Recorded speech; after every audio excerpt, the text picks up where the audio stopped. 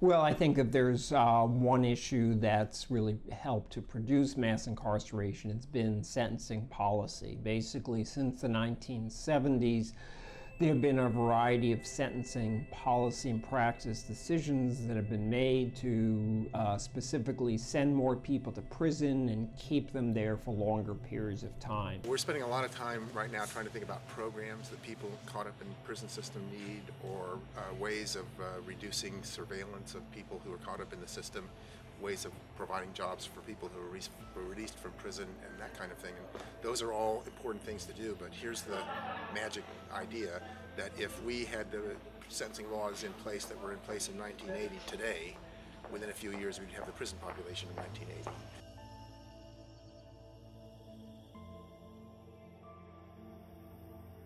In the United States in 1980 we had 500,000 people in prison. Today we have 2.3 million people in jail and prison, and another 5.6 million under supervision.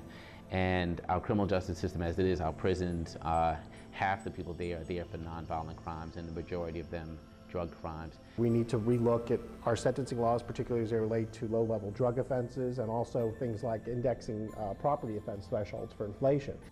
I think on the highest level, that the judges just need more discretion.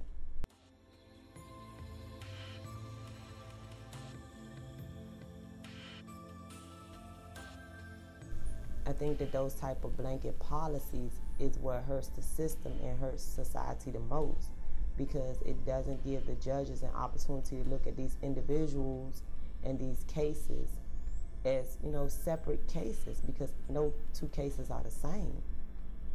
What mandatory sentencing does is applying this one-size-fits-all rubric to problems that, if you're convicted of possessing or selling so much quantity of drugs or other kinds of offenses, this is the automatic sentence a judge has to apply. And it takes away considerations like, did this person have a history of mental health problems? Was there a history of physical or sexual abuse involved? People who we've criminalized based on being poor, based on being addicted to drugs, based on having poor health care, based on not having jobs. People are just mad at people who have a mental health issue, substance abuse problem, who could be dealt with more cost effectively in another context. I think most people on the street would say, well, it's not unreasonable for a judge to at least take those issues into account, and mandatory sentencing doesn't allow for that to happen. What it does do is it makes the role of the prosecutor even that much more significant. So what it's done is really transfer discretion from the judge down the hall to the prosecutor. And the difference there is that a judge is making a decision in open court, a prosecutor is doing it behind closed doors. So I think that's a very troubling direction, and it's led to a very excessive incarceration, well beyond what we need for public safety goals.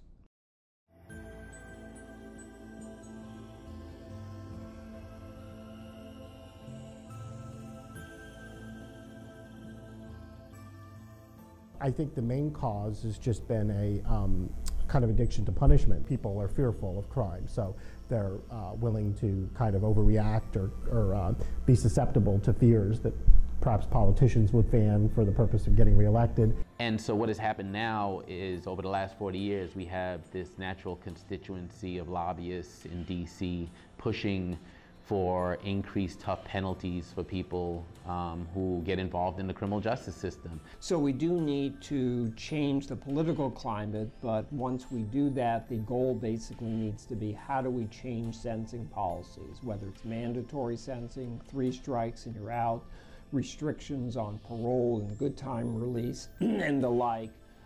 It's the sentencing policies most directly that have produced mass incarceration. That's what we need to shift around.